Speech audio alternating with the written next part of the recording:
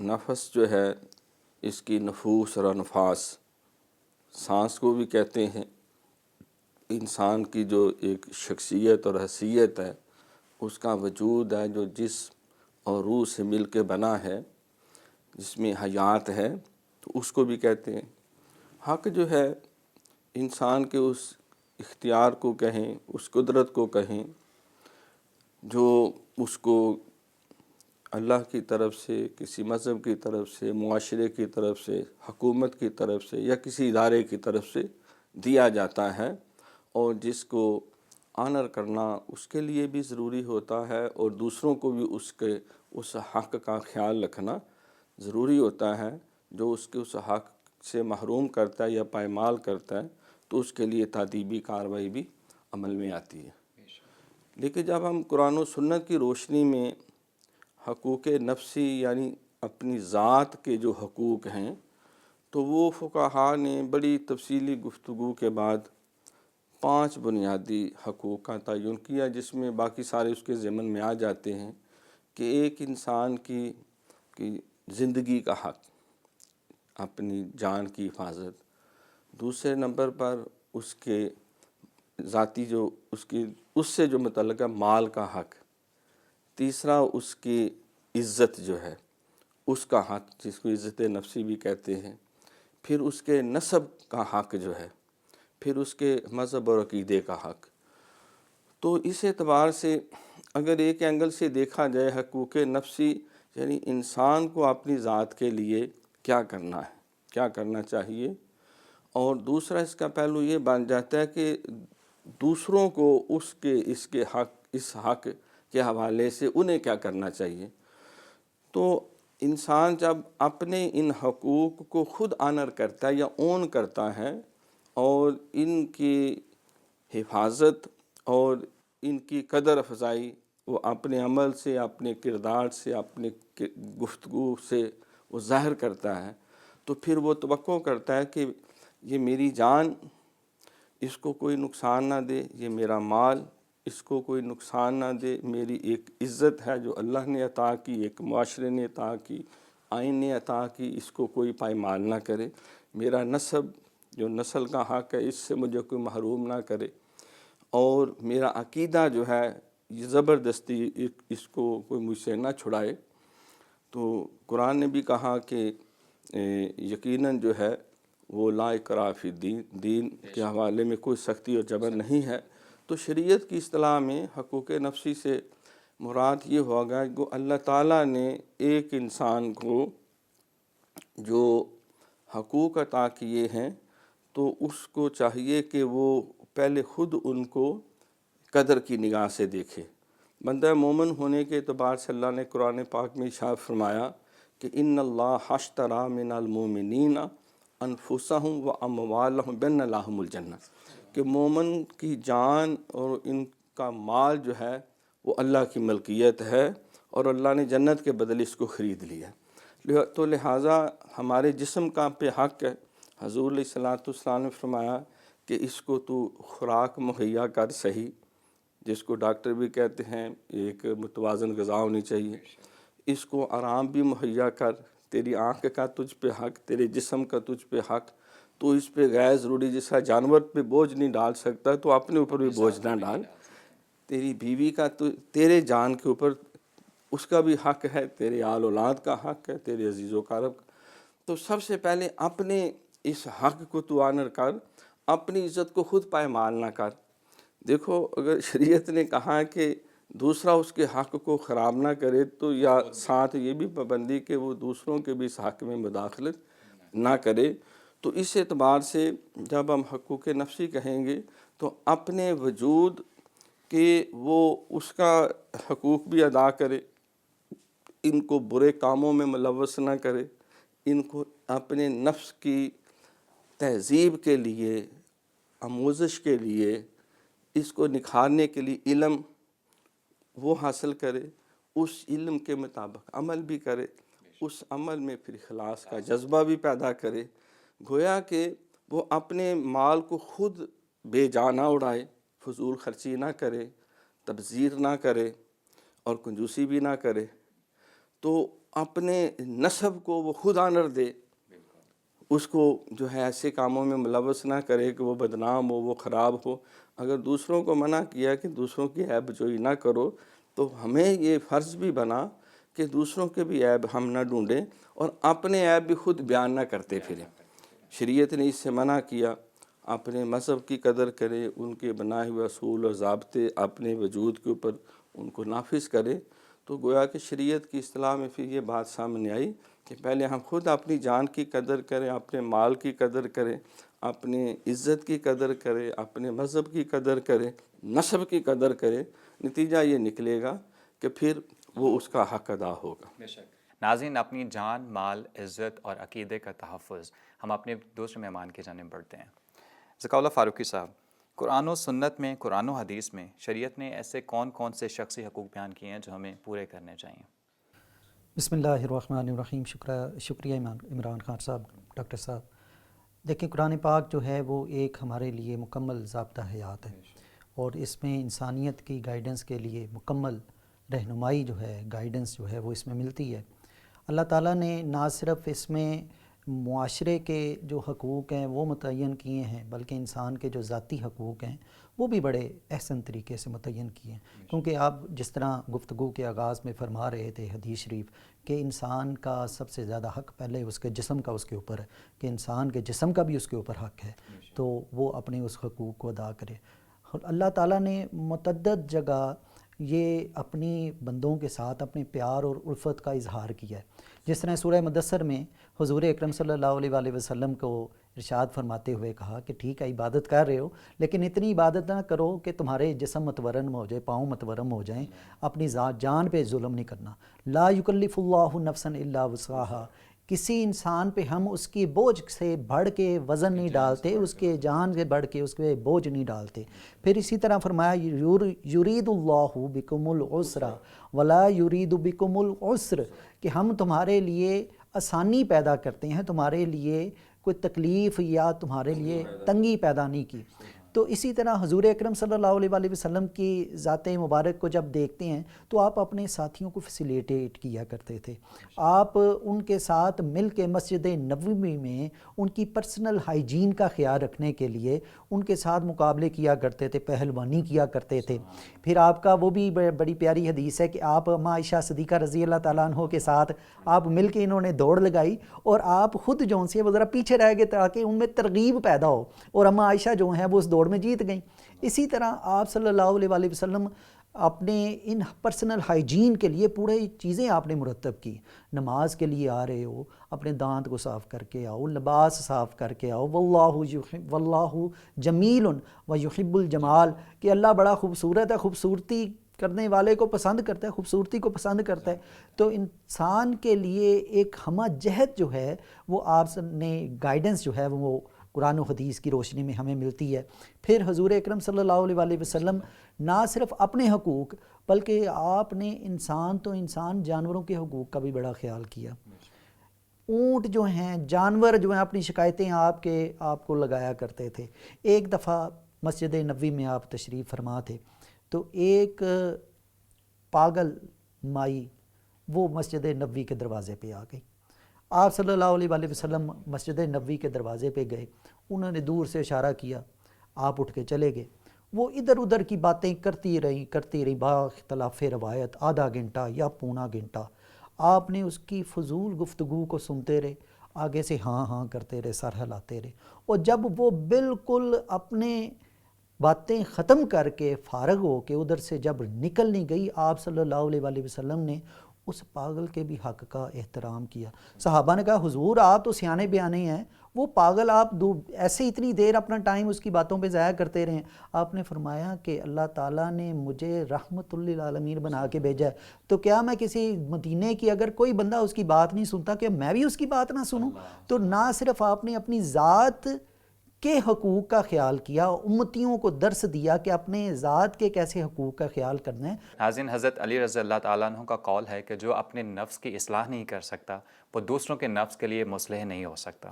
گفتگو کا سلسلہ بھی جاری ہے، وقت ایک چھوٹے سے وقفے کا، ملتے ہیں وقفے کے بعد۔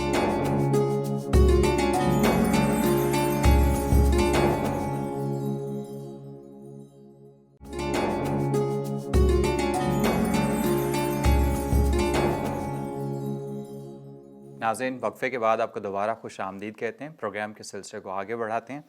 ڈاکٹر صاحب، حقوق نفسی کی بجاوری سے ایک فرد اور معاشرہ کیسے افادیت حاصل کر سکتا ہے؟ دیکھیں، جب میں اپنی جان کی محافظت کرتا ہوں، اپنی عزت کو پامال نہیں کرتا، اس کو کوئی نقصان نہیں دیتا، ایسے اعمال نہیں کرتا جس سے اس کو نقصان ہو، اپنے مال کی بھی حفاظت کرتا ہوں، کہتے ہیں نا جیو جینے دو، اپنے نسب کی، اپنے عقیدے کی، تو پھر جو ہے وہ دوسروں کی نظر میں بھی اس چیز کی قدر پیدا ہوگی کہ یہ شخص جو ہے ان معاملات میں بڑا کانشیس ہے، لہٰذا ہمیں اس معاملے میں مداخلت نہیں کرنی۔ تو شریعت نے اس لیے کہا کہ دیکھو، اسلامی تعلیمات میں جو ہے وہ خودکشی حرام ہے، سوسائڈ جو ہے، فرمایا جو بد نصیب اپنے آپ کو نقصان دیتا ہے، لا تلقوا ایدیکم الی التہلکہ، قرآن میں اللہ نے کہا خبردار اپنی جان کو ہلاکت میں نہ ڈالو۔ تو فرمایا قیامت تک اسی عمل سے گزرے گا، جہنم اس کا ٹھکانہ ہوگا، کیونکہ یہ جسم اللہ کی امانت ہے۔ اللہ کریم نے اس کو جس طرح تصرف کرنے کا حکم اور اجازت دی، اس قدر اس کا تصرف کرنا ہے، اس کے سے بے جا کام نہیں لینا۔ حضور علیہ الصلوۃ والسلام ایک دن مسجد نبوی شریف میں آئے تو 3 صحابی آپس میں کوئی عہد کر رہے تھے، پوچھا کیا ہو رہی ہیں باتیں؟ تو عرض کی حضور میں نے یہ ارادہ کیا آئندہ سے ساری رات عبادت کروں گا، سوؤں گا نہیں۔ دوسرے کہا جی میں شادی نہیں کروں گا۔ تیسرے کہا میں ساری زندگی روزے رکھوں گا۔ سرکار نے کہا یہ کون سی نیکی ہے بھائی، یہ غلط عہد ہے، توڑ دو ان کو، میں اللہ کا نبی ہوں، رسول ہوں، تمہارے لیے ایک آئیڈیل ہوں، وَمَا أَرْسَلْنَا مِن رَسُولٍ إِلَّا لِيُطَاعَ بِإِذْنِ اللَّهِ، میری اتباع شرعاً فرض ہے۔ تو النکاح من سنت فمن راغب عن سنتی فلیس من، تم کہتے ہو شادی نہیں کرو گے، یہ جسم کا حق ہے، ضرورت ہے، سارے بندے اسی دھیان لگ جائے تو پھر نسل انسانی کا کیا معاملہ بنے، یہ میری سنت ہے۔ باقی ساری رات جاگنا، میں ساری رات نہیں جاگتا، سوتا بھی ہوں، آرام بھی کرتا ہوں، بیویوں کے حقوق بھی ہیں، جسم کے حقوق بھی ہیں۔ پھر اللہ کا نبی میں ہمیشہ روزے نہیں رکھتا۔ تو گویا کہ جو انسان جو ہے خود ایک اعتدال کی زندگی میں رہتے ہیں، اپنے وجود کے جو ہے وہ خود ان کی نگہداشت کرتا ہے، اپنے حقوق کے حوالے سے کانشیس ہے، آگاہ ہے، تو دوسرے لازمی دیکھیں شریعت کی آپ تعلیمات دیکھیں، جو سخت ترین سزائیں ہیں وہ حقوق نفسی میں مداخلت کرنے پہ ہیں۔ کسی نے نماز چھوڑ دی، کسی نے روزہ چھوڑ دیا، حج نہیں کیا، تو کوئی ایسا شدید قسم کی اس کے لیے سزا نہیں ہے، لیکن کہا کہ کسی کی عزت کو نقصان دیا ہے، تہمت لگائی، اس کو 80 کوڑے مارو، سخت سزا ہے۔ کسی کی مال کو نقصان دیا ہے، زبردستی اسے موبائل چھین کے لے گیا کوئی، پکڑو اس کو، 1 ہاتھ اور 1 پاؤں اس کا کاٹ دو۔ اسے کسی نے حق دیا تصرف کرنے کا، جان کو نقصان دیا، اس نے اس کا کان کترا، اس کا بھی کان کترا بنا دو، اس کی آنکھ نکالی، اس کی بھی آنکھ نکال دو، اس کی جان کو تلف کیا، اس کو بھی زندہ رہنے کا کوئی حق نہیں۔ تو یہ جو اتنی سخت سزائیں ہیں، اسی طرح سنسار کی سزا، یہ جتنے ہم حدود و تعزیرات کہتے ہیں، یہ زیادہ کسی کے ذاتی حقوق میں مداخلت کی وجہ سے ہے۔ سرکار نے فرمایا کہ المومن علی المومن حرام مالہ و دامہ و عرضہ، ایک مومن کے دوسرے مومن کی جان، مال، عزت حرام ہے، اور المسلم من سلم المسلمون من لسانہ و یدہ۔ تو پھر دیکھو سخت ترین کہا کہ اگر اپنی ذات میں اپنے فرد کے حوالے سے ارشاد ہے کہ اگر خدا نخواستہ کوئی غلطی ہو گئی ہے تم سے، تو خبردار کسی سے ذکر نہیں کرنا، اللہ سے چپکے سے معافی مانگو، حتیٰ کہ نماز بھی قضا ہو گیا تو اندھیرے میں چھپ کے پڑھو، کسی کو بیان نہ کرو، اپنے کسی جرم کی تشہیر نہ کرو، اللہ کی بارگاہ میں توبہ استغفار کرو۔ پھر یہ بھی کہا کہ دوسروں کے بھی، اپنے بھی عیب نہیں بیان کریں، دوسروں کے عیب بھی بیان، اگر دوسروں کی غیبت کرو گے تو مردہ بھائی کا گوشت کھان ہے عیب، جاسوسی نہ کرو، خبردار، برے القاب نہ رکھو، برے نام نہ رکھو، تم کیا سمجھو، ہو سکتا ہے اللہ کی نظر میں بڑا ہو، کسی کے خاندان کو ہٹ نہ کرو، الہمزۃ اللمزہ، کسی کو تانے مینے نہ دو، اگر کوئی نیکی کاری بیٹھے تمہارے ہاتھوں سے ہوئی گئی ہے تو احسان نہ جتلاؤ، دل نہ اس کا توڑو، لا تبطلوا صدقاتکم بالمن والاذی، تو یہ ایک پورا اگر سورۃ حجرات پڑھے تو ایک ایک تفصیل، ٹو میں نہ رہو، تعاقب نہ کرو، خام خواہ دوسروں کی عیب جوئیاں نہ کرو، اور چغل خوری یہ کتنا برا جرم ہے۔ تو یہ حقوق نفسی کی محافظت کے لیے اتنی زیادہ احکامات قرآن و سنت کے اندر ہمیں ملتے ہیں، بلکہ یہاں تک کہا کہ 10 دفعہ بدکاری کرنے سے بھی بڑا گناہ ہے کسی کے عیب کو بیان کرنا جو موجود ہے اس میں۔ اپنی ذات کے حوالے سے بھی کہا خبردار۔ ہم مسلمانوں میں تو یہی ہے، جو کرسچنز ہیں اس میں وہ پادری کے آگے جا کے وہ پارٹنر کے پاس جا کے اعتراف جرم کرتا ہے، لیکن اسلام نے اس کی اجازت نہیں دی، صرف اللہ سے، کسی شیخ سے، کسی استاد سے، کسی ماں سے، کسی باپ سے، کسی کو اپنی غلطی اور گناہ پہ کبھی گواہ نہ بناؤ۔ اللہ کے آگے تو استغفار کرو، وہ بخشنے والا ہے کہ اگر تم جرم کر بیٹھے لا تقنطوا من رحمت اللہ ان اللہ یغفر الذنوب جميعا۔ ناظرین، انگریزی کی ایک کہاوت ہے، self interest is the best interest. جو خود اپنے آپ کو عزت نہیں دے سکتا وہ دوسروں سے بھی عزت کا تقاضا نہیں کر سکتا۔ ہم اپنے دوسرے مہمان کے جانب بڑھتے ہیں۔ پروفیسر ذکاء اللہ صاحب، حقوق نفسی کی عدم موجودگی سے معاشرے میں کیا منفی اثرات مرتب ہو سکتے ہیں؟ خان صاحب، اسلام دین فطرت ہے، اور یہ ایسے ہمارے لیے اصول اس میں واضح کیے ہیں کہ ہم اس سے بغاوت نہیں کر سکتے، فطرت سے بغاوت نہیں ہو سکتی۔ یہ ون وے ٹریفک ہے، آپ اپوزٹ ڈائریکشن سے آئیں گے، ہٹ کر جائیں گے، یہ حادثہ ہو جائے گا، اپنا نقصان کروا بیٹھیں گے، آپ اس کے اگینسٹ نہیں چل سکتے۔ تو فطرت کو فالو کرنا یہ اسلام ہے، اور حضور اکرم صلی اللہ علیہ وآلہ وسلم کی ذات عین فطری اصولوں کے اوپر، کسی نے بڑی پیاری بات کی کہ کسی حدیث کا اگر اوتھینٹیسٹی چیک کرنی ہو کہ وہ صحیح ہے یا صحیح نہیں ہے، تو اس کے نیچرل جو پیرامیٹرز ہیں، جو نیچرل لاز ہیں، اس کے اوپر لگا کے دیکھ لیں۔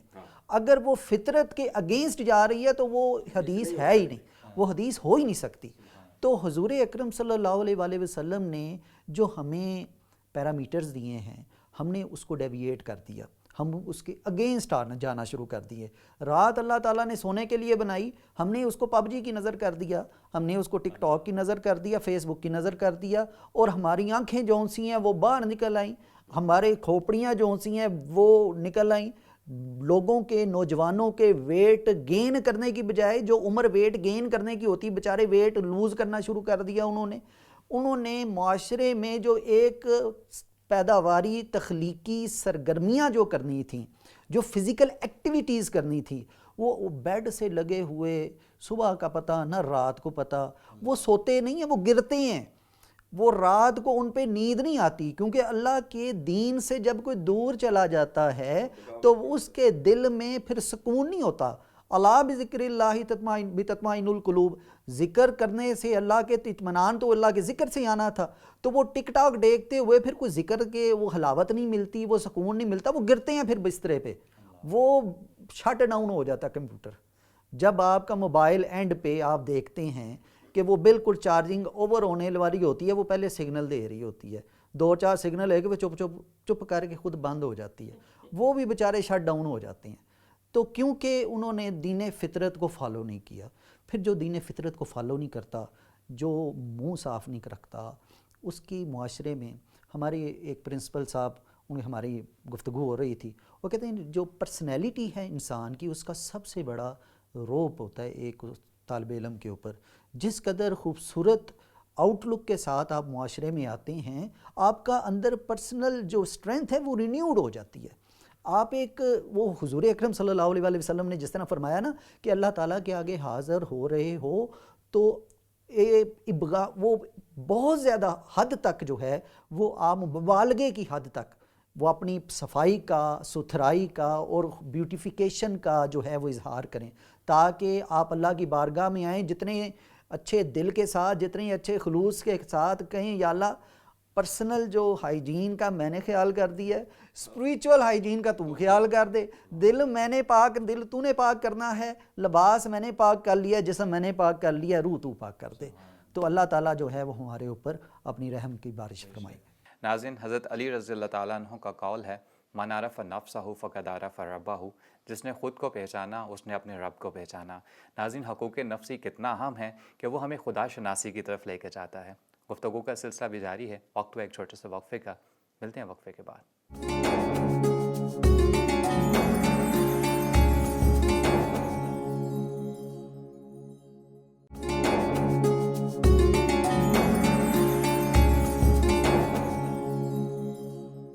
مکرم، معظم، منور و انور، دو عالم پہ غالب ہے نام محمد صلی اللہ علیہ وآلہ وسلم۔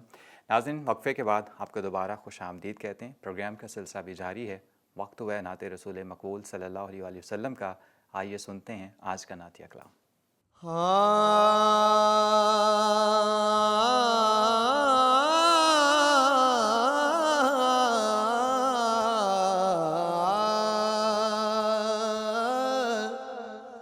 ਅੰਬਲਾ ਵਾਲੇ ਲੰਘ ਲੰਘ ਜਾਂਦੇ,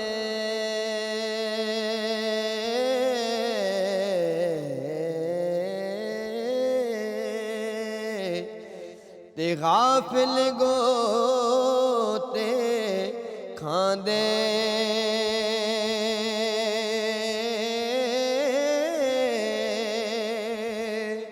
ਅੰਬਲਾ ਵਾਲੇ ਲੰਘ ਲੰਘ ਜਾਂਦੇ, ਤੇ ਗਾਫਿਲ ਗੋਤੇ ਖਾਂਦੇ। ਉਹ ਡੁੱਬਣ ਦੇਣ ਨਾ ਮੁਹੰਮਦ ਬਖਸ਼ਾ, ਹੁੰਦੇ ਕਾਬਿਲ ਪੀਰ ਜਿਨ੍ਹਾਂ ਦੇ।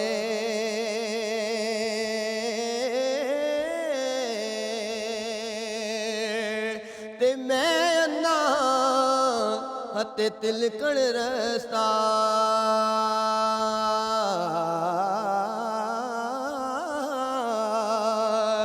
ਤੇ ਦੇਵੇ ਕਰ ਕੋਈ ਸੰਭਾਲਾ।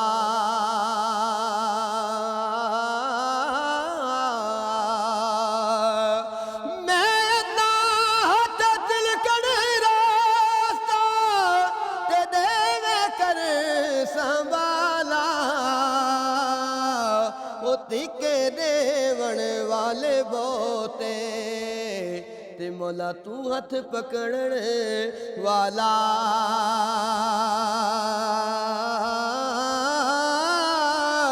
ਤੀਕੇ ਦੇਵਣ ਵਾਲੇ ਬਹੁਤੇ, ਤੇ ਤੂੰ ਹੱਥ ਪਕੜਨ ਵਾਲਾ।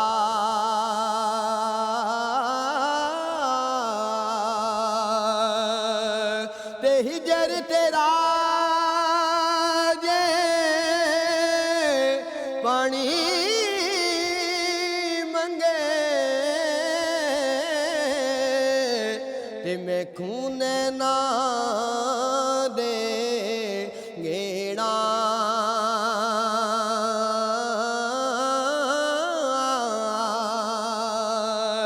ਹਿਜਰ ਤੇਰਾ ਜੇ ਪਾਣੀ ਮੰਗੇ, ਤੇ ਮੈਂ ਖੂਨ ਨਾ ਦੇ ਗੇੜਾ। ਉਹ ਜੀ ਕਰਦਾ ਤੈਨੂੰ ਸਾਹਮਣੇ ਬਿਠਾ ਕੇ, ਤੇ ਮੈਂ ਦਰਦ ਪੁਰਾਣੇ ਛੇੜਾ।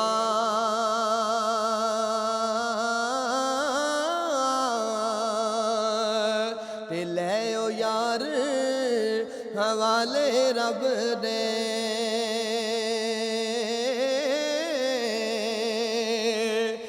ਲੈ ਓ ਯਾਰ ਹਵਾਲੇ ਰੱਬ ਦੇ, ਤੇ ਮੇਲੇ 4 ਦਿਨਾਂ ਦੇ। ਉਸ ਦਿਨ ਈਦ ਮੁਬਾਰਕ ਸੀ, ਉਹ ਜਿਸ ਦਿਨ ਫੇਰ ਮਿਲਾਂਗੇ। ਉਸ ਦਿਨ ਈਦ ਮੁਬਾਰਕ ਸੀ, ਉਹ ਜਿਸ ਦਿਨ ਫੇਰ ਮਿਲਾਂਗੇ।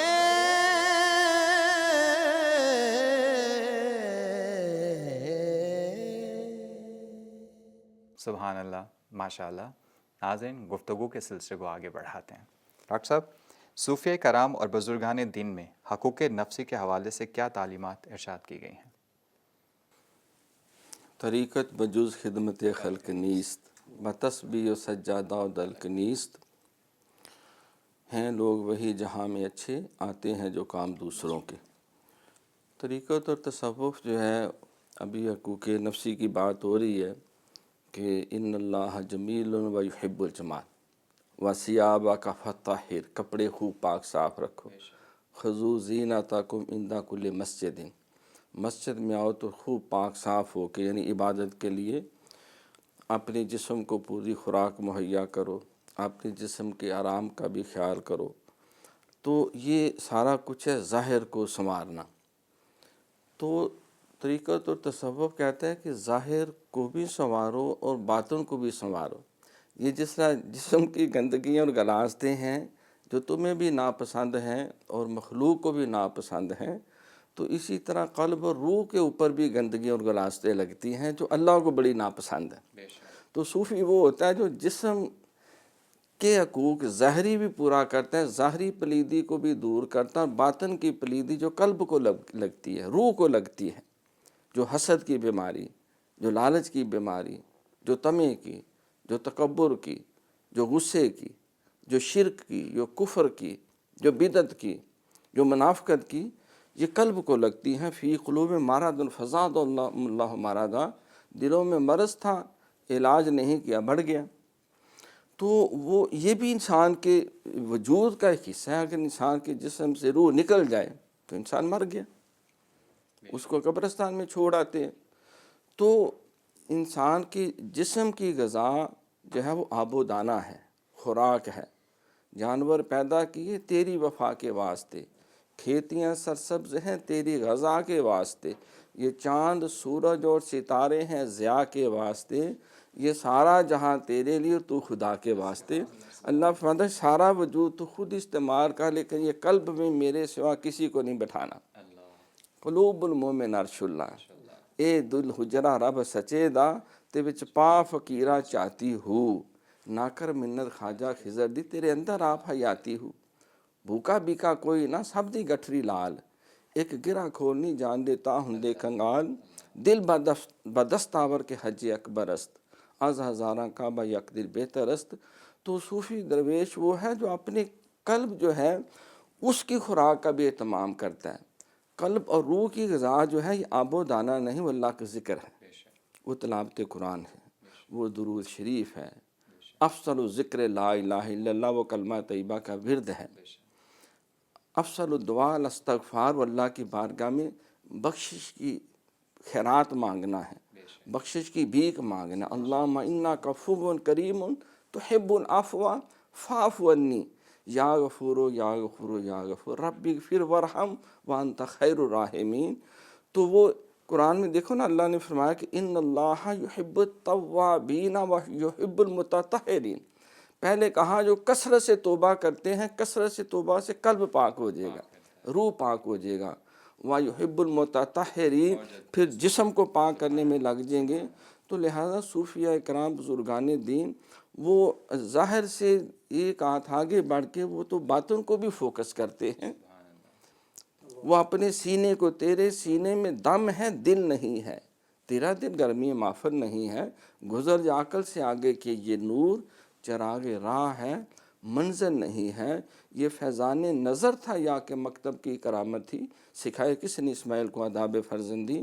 تو اپنے قلب اور روح کو بھی پاک کر، پھر صرف یہی ڈیوٹی نہیں، وہ کہتے ہیں کہ جب اللہ کی توفیق سے ہمارا ظاہر بھی پاک ہو رہا ہے، باطن بھی پاک ہو رہا، پھر وہ مخلوق کے لیے نکل کھڑے ہوتے ہیں۔ سرکار نے فرمایا قرآن پاک میں، کنتم علی شفا حفرۃ من النار فانقذکم منہا فاصبحتم بنعمتہ اخوانا، تم جہنم کے گڑھوں میں کود رہے تھے، اس رحمت للعالمین کے ذریعے تمہیں اللہ تعالیٰ نے جنت کے راستے دیے، صراط مستقیم عطا کیا۔ سرکار نے فرمایا لوگوں کا میرا حال یہ ہے کہ لوگ جہنم کی طرف سر پٹ دوڑ رہے ہیں، اور میں نے ان کے کمر میں ایک رسا ڈال کے ایک سرا اپنے ساتھ باندھا ہوا ہے، وہ ادھر کھینچ رہے ہیں، میں جنت کی طرف کھینچ رہا ہوں۔ تو صوفی جو ہے العلماء وراثۃ الانبیاء، وہ اسی منصب کو لے کے میدان میں نکلتا ہے، وہ لوگوں کے ظاہری دکھوں کے بھی مداوع کرنا چاہتا ہے کہ اپنے ان کی حفاظت کرو، اپنے باطن کی بھی حفاظت کرو، اور جسم کو سنوارو گے تو مخلوق کی نظر میں معتبر ہو جاؤ گے۔ جی ناظرین، اسلام جسم و جان پر تشدد کو عبادت نہیں بلکہ دین کے منافی سمجھتا ہے۔ رسول اکرم صلی اللہ علیہ وآلہ وسلم کا ارشاد گرامی ہے، لا رہبانیت فی الاسلام، اسلام میں رہبانیت نہیں ہے۔ ایسے میں صوفی جہاں دل و نگاہ کی تطہیر کا سامان کرتا ہے، وہاں جسمانی تطہیر کی بھی بات کرتا ہے۔ گفتگو کا سلسلہ بھی جاری ہے، وقت ہو ایک چھوٹے سے وقفے کا، ملتے ہیں وقفے کے بعد۔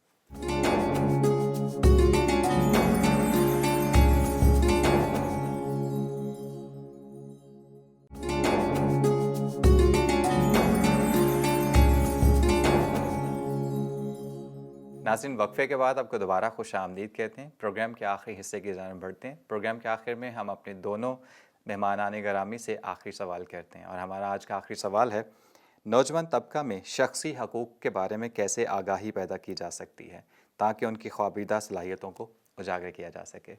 پروفیسر ذکاء اللہ فاروقی صاحب۔ پروفیسر صاحب، اگر میرے دل کی آواز آپ پوچھیں یا سنیں تو بیسیکلی قرآن پاک میں اللہ تعالیٰ کے جتنے احکامات ہیں یا سیرت نبوی صلی اللہ علیہ وآلہ وسلم سے جتنے گلدستے ملتے ہیں وہ ہمارے ذاتی فائدے کے لیے ہیں۔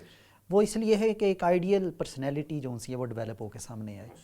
اللہ تعالیٰ نے قرآن پاک میں جو بایولوجیکل کلاکس سیٹ کیے، 5 نمازیں جو سی ہیں ان کے ٹائم بتائے، فرمایا ان الصلاۃ کانت علی المؤمنین کتابا موقوتا، کہ اللہ تعالیٰ نے 5 وقت نمازوں کو ان کے مقررہ وقت پہ جو ہے وہ فرض کیا ہے۔ پھر حضور اکرم صلی اللہ علیہ وآلہ وسلم جو سے ہیں وہ آگے مزید اس کو الیبوریٹ کرتے ہوئے وقرآن الفجر ان القرآن الفجر کان مشہودا، کہ قرآن پاک کو فجر کے وقت پڑھو، کیونکہ فجر کے وقت قرآن پاک کو سننے کے لیے فرشتے بھی حاضر ہوتے ہیں۔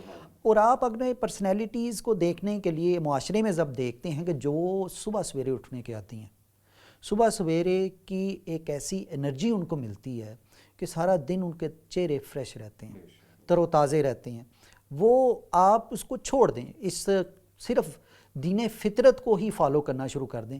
وہ مسلمان یا غیر مذہب بھی کوئی اگر ہے، وہ اگر اس نیچرل ٹائمنگ کو فالو کرتا ہے تو آپ کو اس کے اندر سے وہ فریشنس ملتی ہے، تر و تازگی ملتی ہے، وہ اپنا کام ایسے طریقے سے ادا کرتا ہے۔ Early to bed and early to rise make a man healthy wealthy and wise, کہ جتنے آپ اس ٹائمنگ کو فالو کریں گے اتنا آپ کا اپنا فائدہ ہے۔ تو نوجوان کو، ہمارے جو طالب علم ہیں، اسٹوڈنٹس ہیں، ان میں یہ عادت ڈیولپ کرنے کی ضرورت ہے تاکہ وہ اس قیمتی جو ٹائم ہے ان کی زندگی کا، اس کو سنت و شریعت کے دائرے میں رہ کر نہ صرف اللہ تعالیٰ کی رحمتوں کی بہاریں لوٹیں بلکہ ایکچول اور نیچر اور اسٹرینتھ سے بھرپور زندگی جو سی ہیں وہ انجوائے بھی کریں اور اپنی آنے والی نسلوں کے لیے فائدہ مند بھی ثابت ہوں۔ ناظرین، تعلیمات قرآنی اور سنت رسول صلی اللہ علیہ وآلہ وسلم ذاتی فائدے کے حصول کا بہترین ذریعہ ہیں۔ ہم اپنے دوسرے مہمان کی جانب بڑھتے ہیں۔ ڈاکٹر صاحب، آپ اس ضمن میں کیا کہنا چاہیں گے؟ عقابی روح جب بیدار ہوتی ہے جوانوں میں، نظر آتی ہے ان کو اپنی منزل آسمانوں میں، نہیں تیرا نشیمن قصر سلطانی کے گنبد پر، تو شاہی ہے بسیرا کر پہاڑوں کی چٹانوں میں، نہ وہ عشق میں رہی گرمیاں، نہ وہ حسن میں رہی شوخیاں، نہ غزنوی میں تڑپ رہی، نہ وہ خم ہے زلف ایاز میں۔ تو عرض یہ ہے کہ نوجوان طبقہ یہ کسی بھی قوم اور ملک کے لیے ریڑھ کی ہڈی کی طرح، یہ مستقبل کے معمار ہیں، انہی کے سہارے قوموں نے ترقی کرنی ہے، یا انہی کے سہارے جو ہے وہ نعوذ باللہ خاکم بدن برباد ہونا ہے۔ تو ان کی صحیح آبیاری کرنا، ان کی صحیح تربیت کرنا، گویا کہ اپنے نسل کو، مستقبل کو، پوری قوم کو محفوظ کرنے کے مترادف ہے۔ تو اس اعتبار سے جس طرح پروفیسر صاحب نے بھی توجہ مبذول کروائی ہے کہ ہمارا نوجوان جن ایکٹیویٹیز میں پڑا ہوا ہے، اگر وہ اکبر آبادی کی زبان سے کہا جائے تو بڑی اچھی ترجمانی ہو جاتی ہے کہ بابو صاحب اس دنیا میں کیا کار نمایاں کر گئے، بی اے کیا، نوکر ہوئے، پینشن ملے، مر گئے. تو ہمارے نوجوانوں کو کوئی بلند فکر دینے کی ضرورت ہے، اور وہ تبھی ہوگا جب ان کو ان کی اوقات اور حقیقت اصلیت یاد کرائی جائیں، جس کو علامہ نے کہا کہ خود ہی بیدار کریں. خود ہی کو کر بلند اتنا کہ ہر تقدیر سے پہلے خدا بندے سے خود پوچھے بتا تیری رضا کیا ہے، تیرے دریا میں طوفان کیوں نہیں ہے، خود ہی تیری مسلمہ کیوں نہیں ہے، ابس ہے شکوائے تقدیر یزداں تو خود تقدیر یزداں کیوں نہیں ہے. تو ان کی خود ہی کو بیدار کریں، ان کے اندر اپنے حقوق کی نگہداشت کا احساس پیدا کریں. دیکھو ہم چھوٹے تھے تو ماں باپ شروع میں ہمیں صبح سردی ہوتی گرمی ہوتی ہمیں نہلا کر صاف ستھرے کپڑے پہنا کے سر میں تیل لگا کے خوشبو پاؤڈر کنگھی شنگھی کر کے بیگ دے کے اسکول بھیجتے کہ یہ ضروری ہے. شادی آئی، سگے ماموں تھے، کلوتے ماموں تھے، تو سنڈے کو بارات تھی، منڈے کو ولیمہ تھا. ہم چھوٹے بہن بھائی، میں پہلی جماعت میں تھا، ہمشیرہ دوسری میں تھی. والد صاحب ہمیں راتوں رات گھر لے آئے. ولیمہ کا کہا کہ وہ آپ کی والدہ اٹینڈ کر لے گی، کر کے آ جانا. تو خالہ نے کہا کہ بچے پہلی دوسری جماعت میں پڑھتے ہیں، کون سے 16ویں جماعت میں پڑھتے ہیں. تو والد صاحب نے کہا کہ بات یہ ہے کہ آج پہلی دوسری جماعت پڑھیں گے تو 16ویں میں جائیں گے. تو انہوں نے ہمیں یہ احساس پیدا کیا. مجھے یاد ہے میں نے والد صاحب رحمۃ اللہ علیہ سے کہا میں ذرا لکھائی ٹھیک کرنا چاہتا ہوں، مجھے کچھ لکھ کے دیں. تو انہوں نے پہلا شعر لکھ کے دیا، یقین محکم عمل پہم محبت فاتح عالم، جہاد زندگانی میں یہ ہے مردوں کی شمشیریں. تو ماں باپ بچوں میں احساس پیدا کرتے ہیں. جس طرح وہ آئنسٹائن کے بارے میں ہے، انہوں کو ماسٹروں نے اسکول سے نکال دیا کہ یہ ایسا بچہ ہے کہ یہ استادوں اس کو نہیں پڑھا سکتے، اور ماں نے بچے کو یہ لکھ دیا کہ وہ کہتے ہیں کہ یہ اتنا جینیس ہے کہ ہمارے پاس پڑھانے کا اس قابل درجے کا استاد نہیں. تو جب بہت بڑا وہ سائنسدان بن گیا، پھر اس نے، وہ والدہ فوت ہو چکی تھی، وہ اسٹیٹمنٹ پڑھی تو وہ مایوسی پہ مبنی تھی، جس کو علامہ نے بھی کہا، یہ کہا کہ گلا تو گھونٹ دیا اہل مدرسہ نے تیرا، کہاں سے آئے صدا لا الہ الا اللہ، نہ مسجد سے نہ مکتب سے نہ ہے کالج کے در سے پیدا، دین ہوتا ہے بزرگوں کی نظر سے پیدا، شکایت ہے یا رب مجھے خدا بندان مکتب سے، سبق شاہی بچوں کو دے رہے ہیں خاک بازی کا. والدین ہمت کریں، اساتذہ اگر خود نہیں پہنچ سکے تو بچوں کی رہنمائی کریں. بعض اساتذہ یہ کہتے پھرتے ہیں کیا لینا ہے پڑھ کے، چھوڑو، یہ انجینئرنگ کر کے، یہ ڈاکٹری کر کے کاروبار کرو، پیسے کماؤ، موج کرو، عیش کرو، ایٹ ڈرنک اینڈ بی میری. بھائی خدا کے بندو، تم نے یہ سارے پیشے اختیار کیے کس لیے؟ تو بندہ مومن کی زندگی کا ایک ٹارگٹ آف لائف ہوتا ہے، اس کو اعلیٰ فکر دے، جس طرف اس کی صلاحیتیں اس کو لے کے جا سکتی ہیں. آپ اس کو کونسلنگ کریں، اساتذہ بھی، پھر جو دانشور ہیں وہ بھی ایسی تحریریں لکھیں، اپنے بچوں کو مجنون نہ بنائیں بلکہ وہ محمد بن قاسم کا جان نشین بنائیں، سلطان ٹیپو کا جو ہے وہ ان کو ہم نشین بنائیں، امام علی مقام کے نقش قدم پہ چلنے کے لیے ان کو تیار کریں. سیدنا فاروق اعظم، صدیق اکبر، عثمان غنی، مولا علی، صحابہ کرام، کتنے ہمارے پاس ان گنت شخصیات ہیں. قائد اعظم ہے، علامہ اقبال ہیں، سر سید ہیں، مجدد الفسانی ہیں. تو یہ کام دانشوروں نے کرنا ہے. یہ میڈیا بھی یہ ڈیوٹی سارا انجام دے، ان کو صرف معذرت کا صرف ڈانسر نہ بنائے بلکہ ایک سائنسدان بنائے، ایک مفکر بنائے، فلسفی بنائے. حکمران طبقہ بھی اس سلسلے میں اپنا کردار ادا کرے تو پھر شب گریزہ ہوگی آخر جلوہ خورشید سے، اور یہ چمن معمور ہوگا نغمہ توحید سے، آسماں ہوگا سحر کے نور سے آئینہ پوش، اور ظلمت رات کی سیما بپا ہو جائے گی. پھر دلوں کو یاد آ جائے گا پیغام سجود، پھر جبیں خاک حرم سے آشنا ہو جائے گی. ناظرین، اسلام دین فطرت ہے، یہ صرف نجات ہی نہیں فلاح کا دین ہے، اور وہ فلاح بھی انفرادی نہیں، معاشرتی فلاح. اور ایسے میں جو اپنی جان کا خیال نہیں رکھ سکتا وہ معاشرے کی جان کا کیا خیال رکھے گا؟ رسول اکرم صلی اللہ علیہ وسلم کے ارشاد گرامی ہے کہ عالی ہمت مومن وہ ہے جو دنیا اور آخرت دونوں کے معاملات پر پوری توجہ دے. اللہ تعالیٰ سے دعا ہے کہ وہ ہمیں اور ہماری اولادوں کو حقوق نفسی کا خیال رکھنے کا پوری توفیق دے. آمین ثم آمین. ناظرین پروگرام سے متعلقہ اپنی قیمتی آراء سے ہمیں ضرور آگاہ کیجیے گا. آپ اپنے سوالات کے ذریعے ہمارے معزز مہمانان گرامی سے رہنمائی بھی حاصل کر سکتے ہیں. ہمارا ای میل ایڈریس اسکرین پر نمایاں ہو رہا ہے. پروگرام کے آخر میں آپ محظوظ ہوں آج کے منتخب شدہ کلام سے اور ہمیں دیجیے اجازت. انشاءاللہ تعالی اگلے پروگرام میں پھر آپ سے ملاقات ہوگی. اللہ حافظ.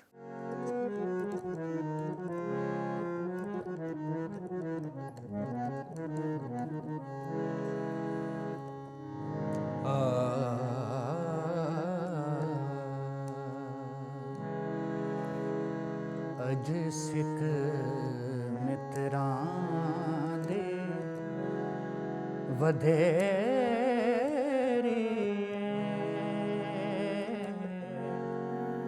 کیوں دلڑے اداس گھنیری لوں لوں وچ شوق چنگیری اج نینا لایاں کیوں جھڑیاں اج سکھ متراں دے ودھیری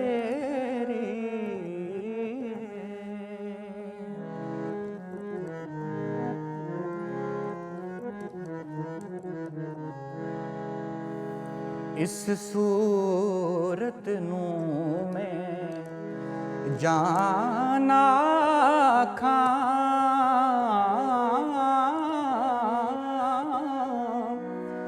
جانا کھاں کے جان جہان کھاں اس صورت نوں میں جانا جانا کھاں کے جان جہان جانا کھاں کے جان جہان سچ آکھاں تے رب دے میں شان آکھاں جس شان تو شان سب بنیاں اج سکھ متراں دے ودھیری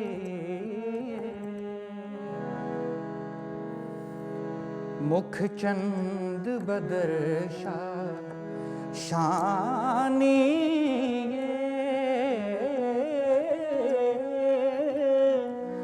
متھے چمکے لاٹ نورانی مکھ چند بدر شانی متھے چمکے لاٹ نورانی کالی زلف تے اکھ مستانی مخمور اکھیں ہن مدھ بھریاں اج سکھ متراں دی ودھیری سبحان اللہ اج مالا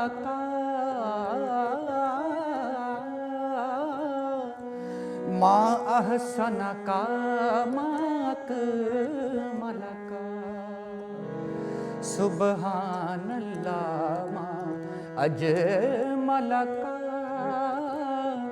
ما احسن کا ما اکمل کا کتھے مہر علی کتھے تیری ثنا کتھے مہر علی کتھے تیری ثنا گستاخ اکھاں کتھے جا لڑیاں اج سکھ متراں دی ودھیری ਉਦਾਸ ਘਨੇਰੇ